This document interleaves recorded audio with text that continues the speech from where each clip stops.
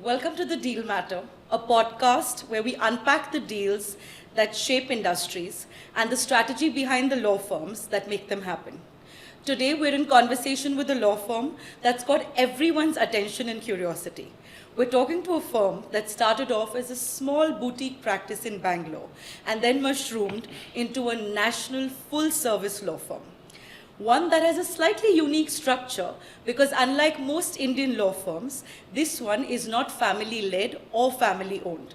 It in fact started out as a great collaboration among friends who unified their strength. In the same vein, this firm has a people-first approach, and their website is kind of indicative of that because they also list people in an in-rem section, and then they also list out all their staff members, which are essentially non-fee earners, acknowledging that every stakeholder matters.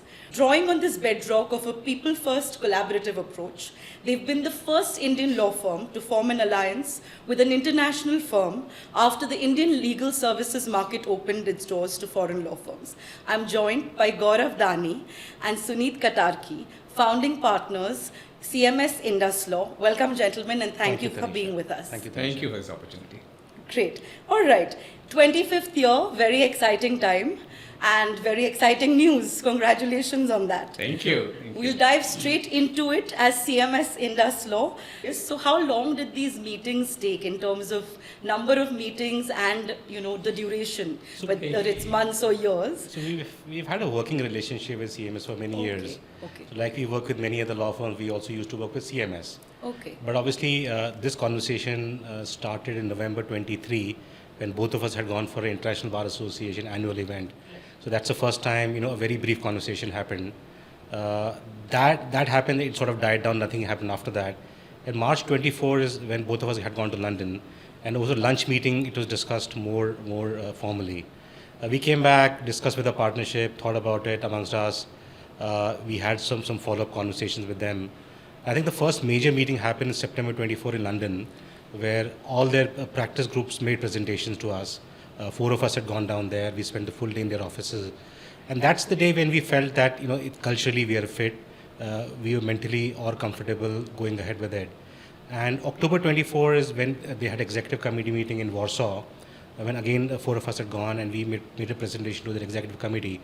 After that, formally, yes, it was yes from both sides.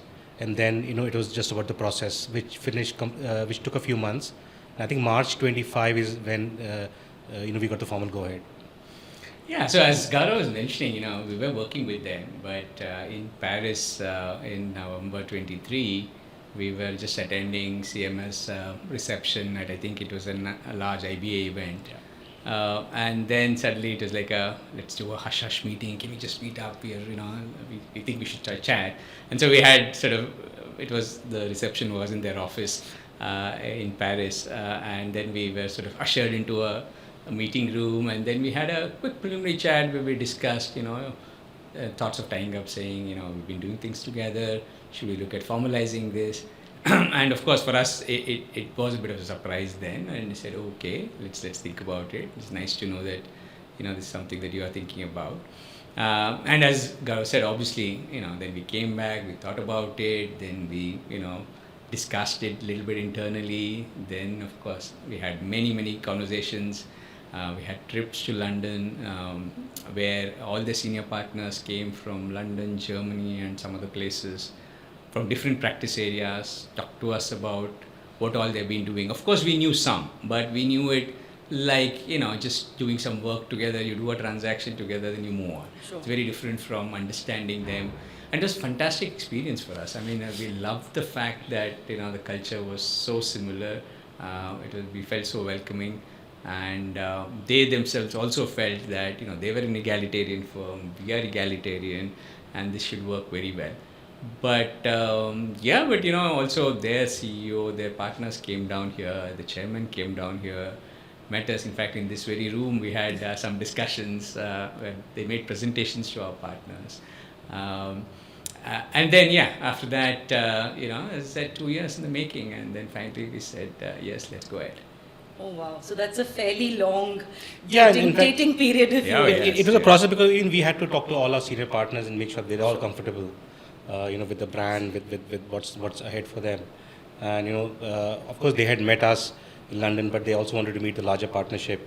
So they went around all offices, Bombay, Bangalore, Delhi, at least the main offices, and met all the partnerships. And so it was really a meeting of minds. I mean, both of us took time to sort of decide that this is something that we should be going ahead with.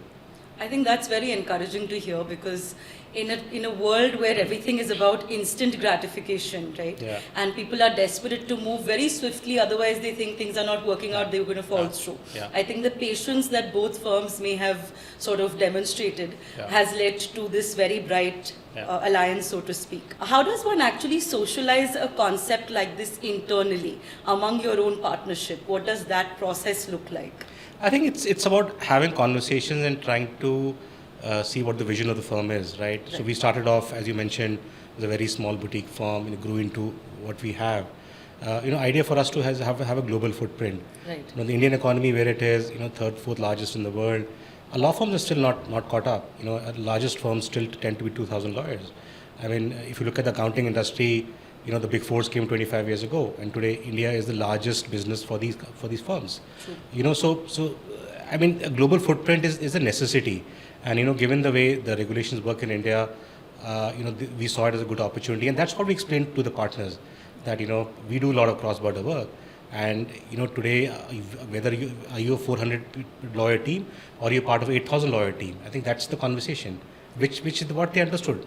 Sure. I'm curious to ask here, what is the toughest question you had to battle in your own boardroom? Will I lose work from other firms? That's a very pertinent one, and how does one answer that? Well, in the short term, you do, because obviously, in those markets where CMS is present, if other firms give you work, they may not want to work with you because it's a quid pro quo basis relationship, right? Certainly. They give you work, they expect you to give work back. But then all that is short term. I think what's exciting is what you're building together. I think that's the key over here.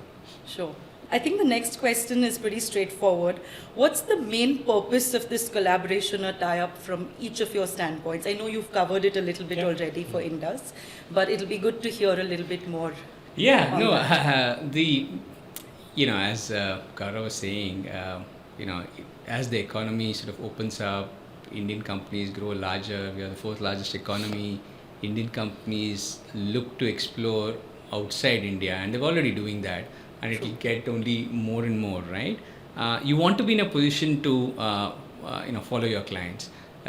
We've always prided ourselves in the fact that when we were a small firm, we used to do a $2 million investment into a startup, and then eventually we helped them do a $1 billion IPO, which means we had to build out teams so that we can grow with our clients, service them as required. And as part of the requirement, if they're going to go global, how are you going to sort of service them?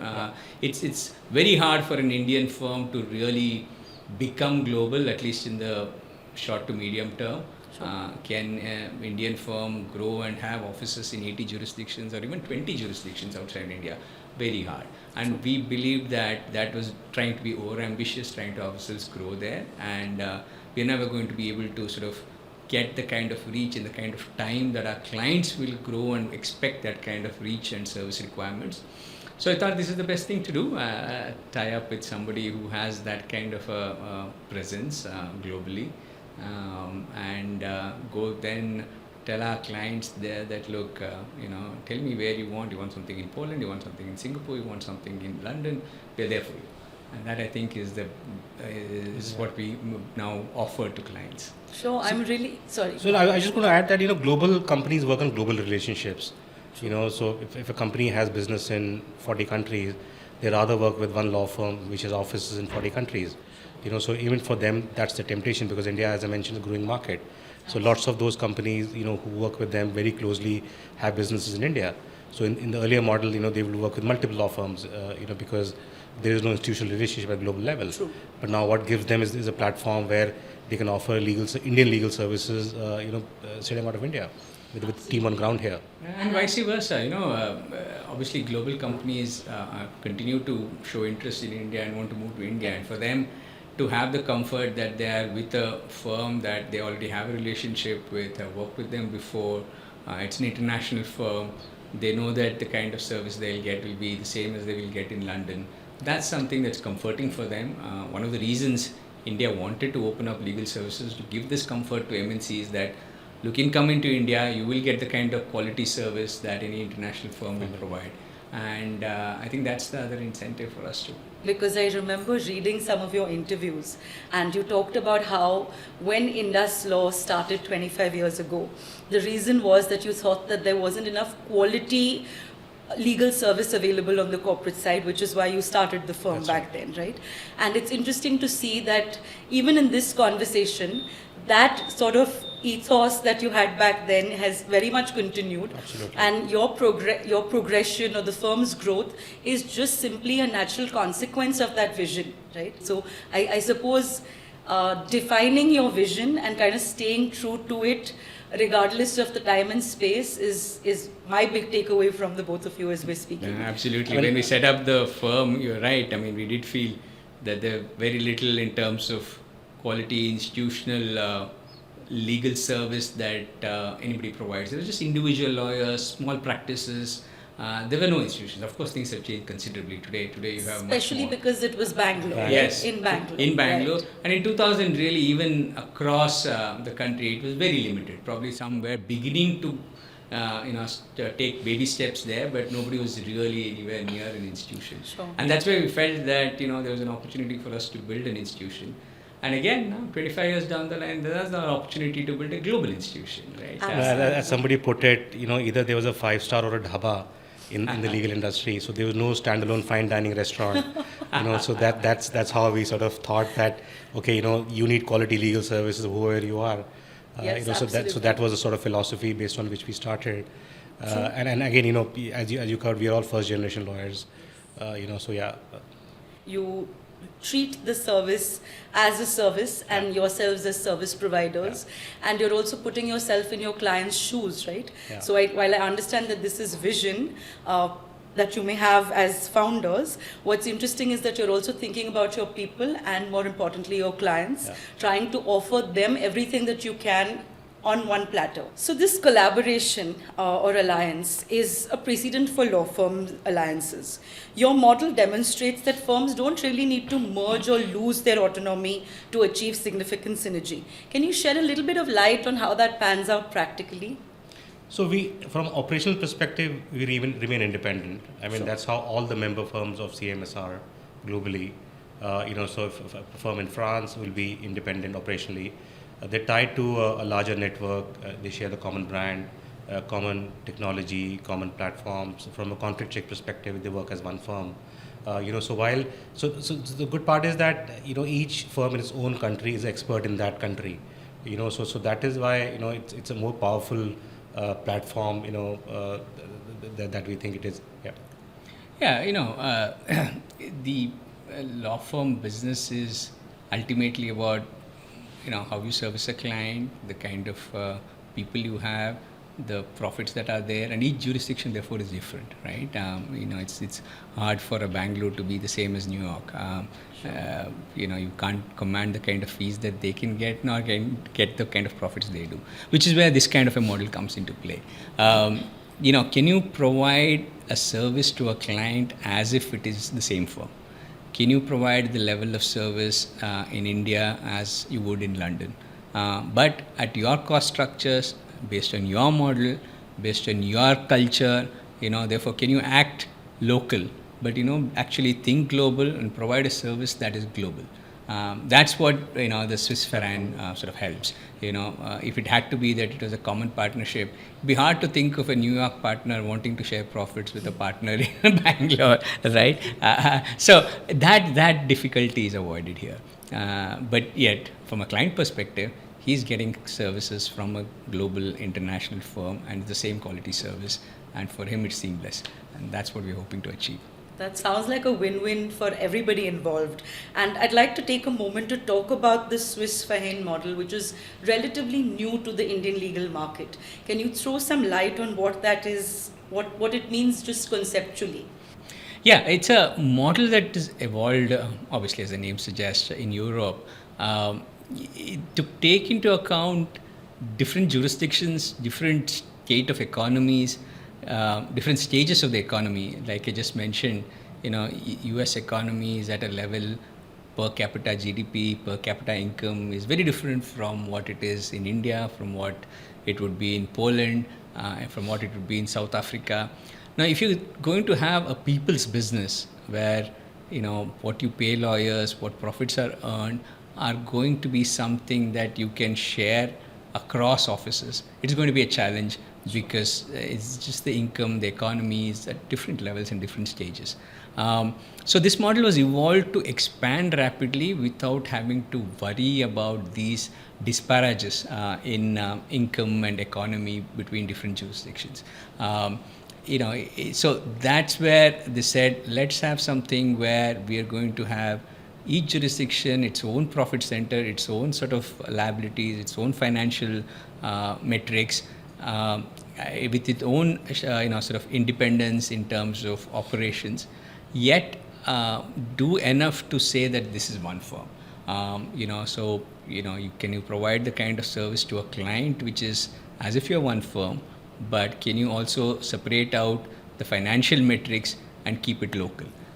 That's the concept of a Swiss Verein that allows firms to expand faster across, as I said, different jurisdictions. I think that's what has made it a successful model, especially for very people businesses like law firms. Do you think that Indian law firms would be able to pull something like this among themselves? Because as you know, the Indian legal market is replete with a lot of mid-size and boutique firms, right? And they're always informally collaborating. Do you think we have the wisdom and maturity to do this among Indian law firms, exactly in the same way that you speak of?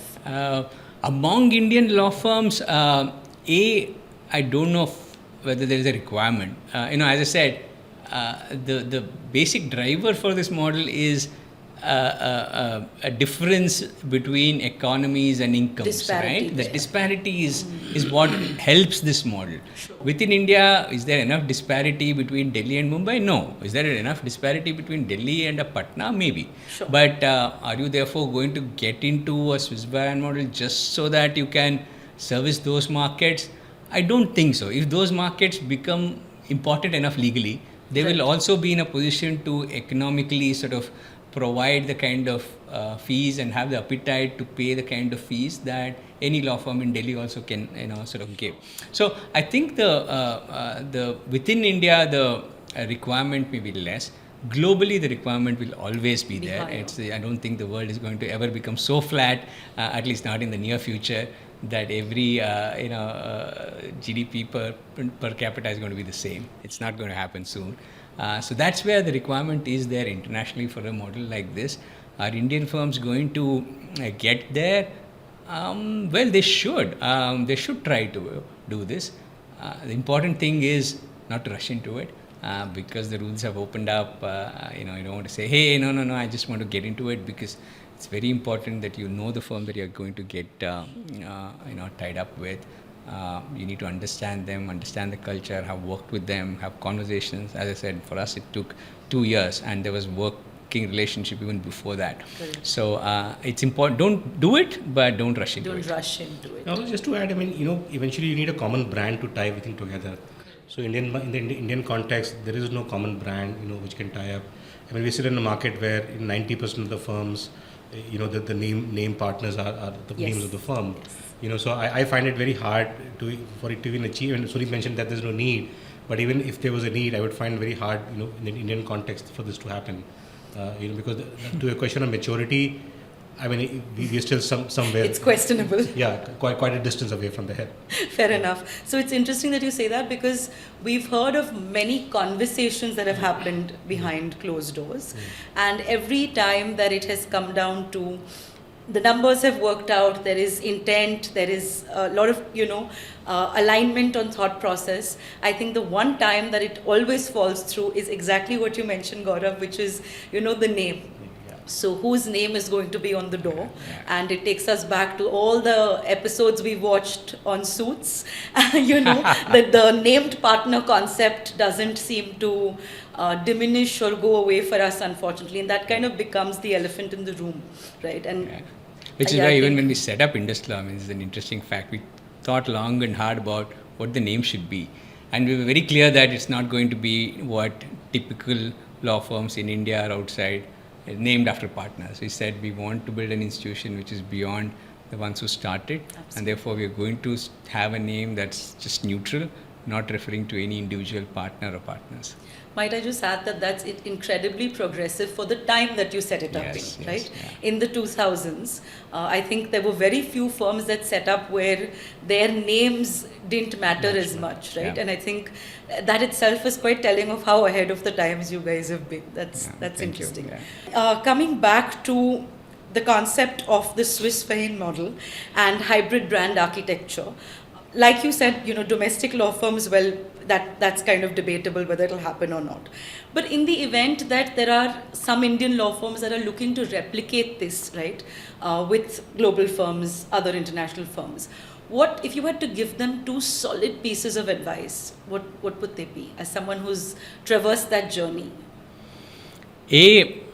As I said, don't rush into it. It's not something that you should do on a lark and try to do it within 3 months, 6 months, whatever, just to sort of make sure you're ahead of the curve. More things can go wrong than go right. So it's something that you have to think through carefully and do. Look at the cultural, similarity. Look at the people. Look at the overall vision. And after that, if everything seems to match, then go ahead. Sure. Did you spend, I'm just curious, this is not on my question list, did you spend time talking to some of CMS's clients also back then that you may not have known, to just or the market in general, to get a better flavor of who they were? Yeah. So, as I said, the good part is there was some working relationship. Right. So, there were some clients we were commonly servicing. Therefore, there were some clients that we could naturally sort of have conversations with. And we knew what their opinion of CMS was already. So, that was certainly helpful, and that was something that gave us that reassurance. Yes, there was also, of course, conversations with other law firms just to understand what their peers in that sense in Europe thought of them, and what was their opinion in a very informal way and a chatty way. And there are people sort of who've been sort of partners or spent time in law firms for more than 30 years, 40 years. So those are the kind of people we did have a chat with. What are the things that CMS has that Indus doesn't, and Indus has that CMS doesn't, that makes this collaboration very, very fruitful? That's a wonderful question. What does a firm that has already 7,000 lawyers not have? It's essentially the one thing that they obviously don't have is the knowledge of the local market like we have. That's really what we bring to the table. Knowledge of India, not just of course the laws, but culturally understanding this country. And it's not an easy country to understand for anybody, especially somebody coming from Europe. So I think that's one major thing that we bring to the table, which CMS obviously doesn't have. From our perspective, what do we get?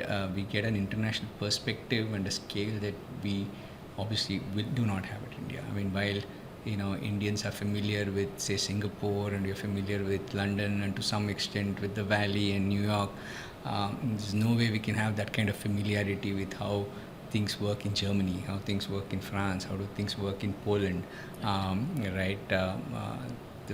That's something, that deep knowledge of not just Singapore, London, and etc., but of many jurisdictions within Europe and across Asia, Middle East, Africa, is something we certainly can't expect to have. Sure. And that's what they bring to the table. Obviously, they also bring best-in-class practices, best-in-class technology, AI, what is the best thing that we can do today. They are aware of it. They have teams that are constantly looking at it. While we also do have, and can you kind of bring in the kind of resources that can look into these things like an international law firm can? No, we can't. And that's where I think there's an additional edge. Third is, just quality of service. There is the West is still driving the latest things that are happening today. Do we have as much knowledge of nuclear law, of hydrogen law, of space law that the West has? No. And therefore, are our lawyers as good at sort of supporting clients without the knowledge that a London lawyer can bring to the table? No. And that's where again we have a great advantage. You know what has been happening there. They have had those kind of laws, and they have had those technologies a little ahead of India, and therefore their knowledge of it is something that is useful to India and useful to us. And I think that's something that also they bring to the table. Wonderful. Gaurav, do you want to add anything? No, I just wanted to say that, although that's not a question, but what we both have in common is we are both quality law firms. And in fact, all the member law firms of CMS, they have great reputation on quality within their sort of their jurisdictions. So I think that's a big common binding factor for all of us. Absolutely. Okay, so speaking of doing things together, what kind of joint marketing, knowledge sharing initiatives, maybe people training are the firms going to then look at moving forward, especially for lawyers at INDUSLAW? So all our lawyers, who are experts in their areas, would be part of the practice groups within the CMS system. Right. And each practice group has own schedule of meeting, conversations, training sessions. So obviously, all our lawyers will be part of that global training session, and their lawyers will also be learning from us. So that's a huge thing that we are bringing on the table for all our lawyers. And we obviously divided the lawyers based on their respective practice areas. Right. So they're part of the CMS system. Yeah, and also not just practice areas, right? It's also about sectors. Like I said, if you have, there are sectors, like there's an energy sector. Sure. Now, who are the ones who are practicing in energy sector? We will coordinate with people who are practicing in energy sector here. Think of the latest developments. What's happening in renewable energy? What's happening in nuclear? What's happening in hydrogen? What's happening in some other regulation on liabilities for this sector? Sure. What are the issues that we are facing? How can we look at collaborating more? What is a client who's in this energy sector, who's based in Germany, looking at when they're looking to come into India? How is the law evolving there? So these are the things so there are also sectors, so even all the sector partners sort of meet together. Right. And discuss these things, discuss business intelligence, discuss developments in law, discuss opportunities. And that's of course something that is obviously of great value to INDUSLAW partners too. Absolutely. And not creating a candidate pitch here for INDUSLAW, but I'm curious, will a lot of the junior lawyers also maybe go in there for trainings, have access to, maybe simple things like networking meetings, or how do you pull off, what does it mean to implement a business development strategy, right? These are things that maybe INDUSLAW has already tutored its lawyers in, but I'm certain that there will be a greater value add with this 100%, alliance. Of course, we are doing our bit, and we have always been doing that. Correct. Any partner for that matter, especially junior partners, are very good lawyers technically, but some of the softer skills in terms of, as you said, understanding what is to have a business plan, how to network, is not something that comes so naturally to a lawyer. It does to some people, but generally not so well for lawyers, because we didn't train to be salesmen after all, right? We said to be trained to be technical lawyers. Correct. So therefore, it's an area where a lot of younger partners want to be trained in, and we are doing our bit. But certainly the overall CMS, the kind of resources, the kind of knowledge that it can bring into something like this is at a different level. And that's certainly very helpful for our lawyers. I'm sure. So I think your inboxes are going to be flooded way more than they have ever been before. And I think as professionals, you learn a lot just by interacting with each other. Absolutely. I think that's a huge learning process for all of us, even for me, for that matter. So I mean, that cross-border exchange of ideas, of meeting people, is learning in itself. In fact, their lawyers will also be visiting us more regularly. So yeah, I think that's that way, because it's such a big platform. The opportunity is obvious. Absolutely. And I think with their lawyers coming in here, I'm certain they will learn a lot about the Indian market and its nuances, like you were saying earlier, Suneeth. So I think it's going to be interesting. All right. Well, of course, the world is watching very closely, as you both already know. What do you think are the potential hurdles that you as management may feel that might kick in at some point, and any intelligent thought around how to navigate that if you've already preempted it?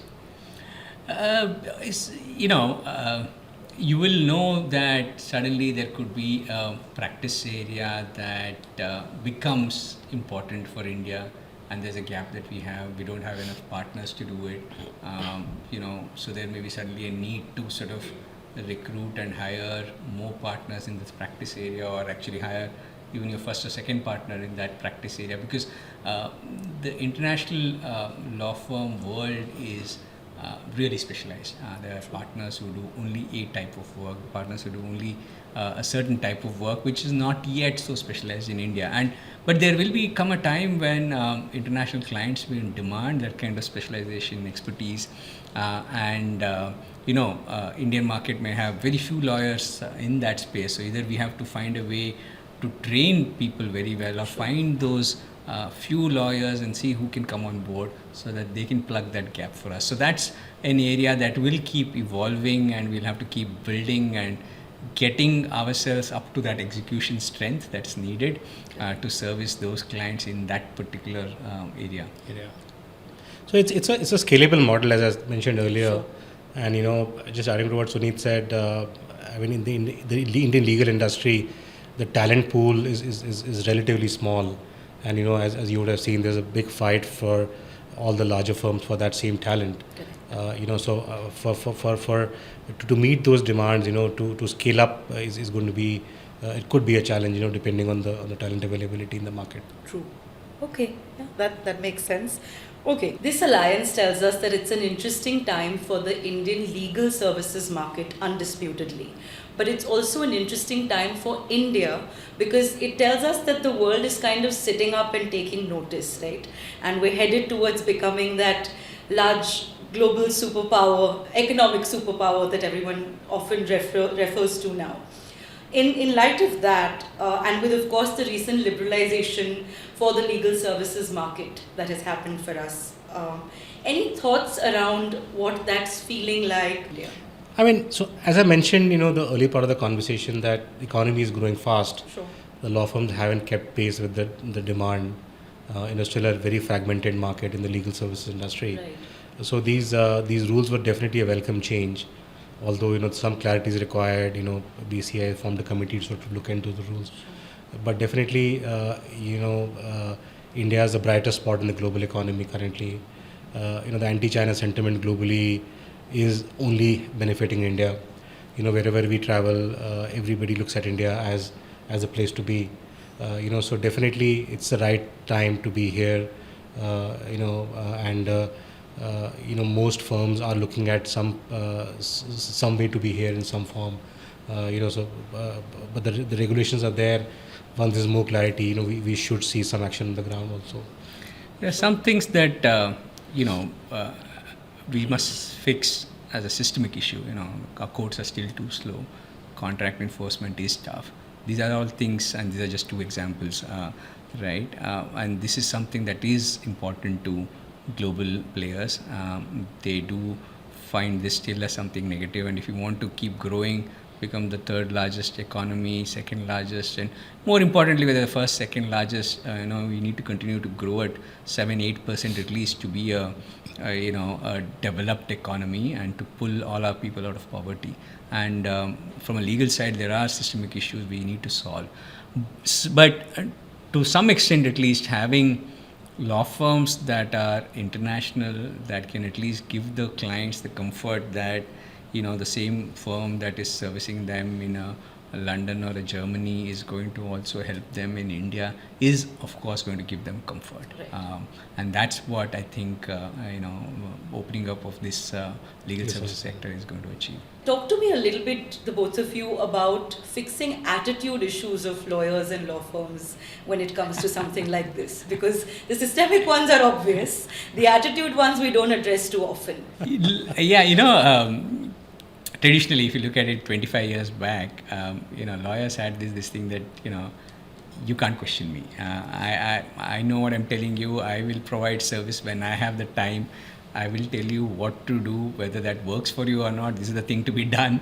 And that sort of an attitude prevailed, and it still continues to prevail, especially if you move away from some of the larger, more organized firms and move away from the larger cities. It still continues to. It's getting better. The good news is it's getting better. At least among the larger firms, I think people do understand that we are also a service to a client, and we're not, gods or God's gift to clients, and that is creating a change in attitude. But still slow. It's majority of our lawyers probably still come from that mindset that they're not service provider, they're just there, and clients just have to toe the line, which is a bad approach. The attitude needs to change. It's changing. Not fast enough. Hopefully, it will be faster. And I always like to say that we are in a hospitality industry doing legal services. That's what we tell our people, and over time it has changed. Eventually it's about the service. I mean, knowing the law is a given. But what sort of comfort you can give to the client, what problems you can solve is what keeps you in business. So it's a gradual shift, but we're getting there, I feel. In light of the liberalization piece, right?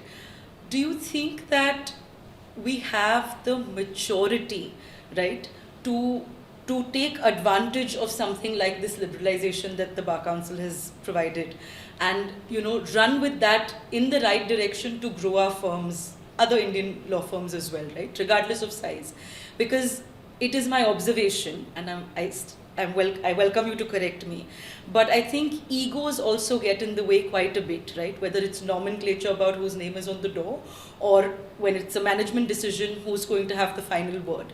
How do you think we can introduce some changes, minor tweaks maybe here and there, to fix those attitude problems?